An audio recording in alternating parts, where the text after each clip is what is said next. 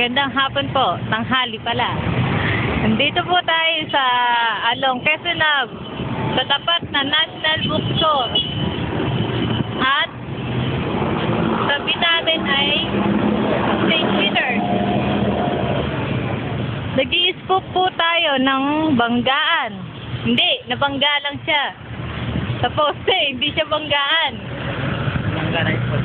At yung poste, ayun. Teka lang, wala. Nabunot ang ugat.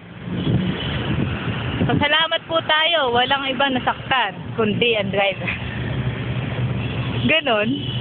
Ayun, tignan nyo, ayun ang ugat. Nabunot po siya.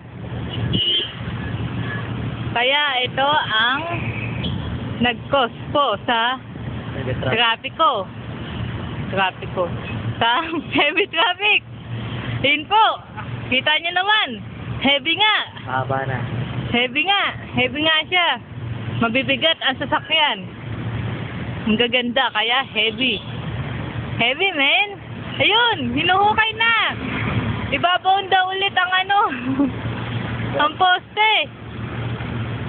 Yun, nakuhaan natin sila.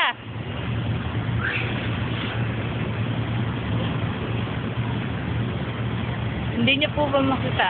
Wala, hindi na kasi ito pwede i-zoom eh. Okay.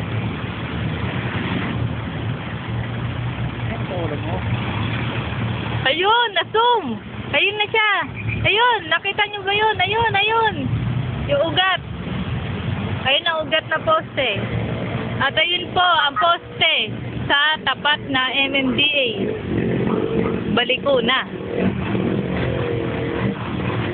At ayun po ang truck. Teka lang, takpan.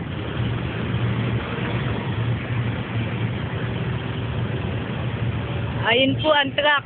Nasa gilid. Sa gitna? Nasa gitna pala ng Ayun, Center Island. Center Island daw. Ayun. Katabi niya ang maghihila.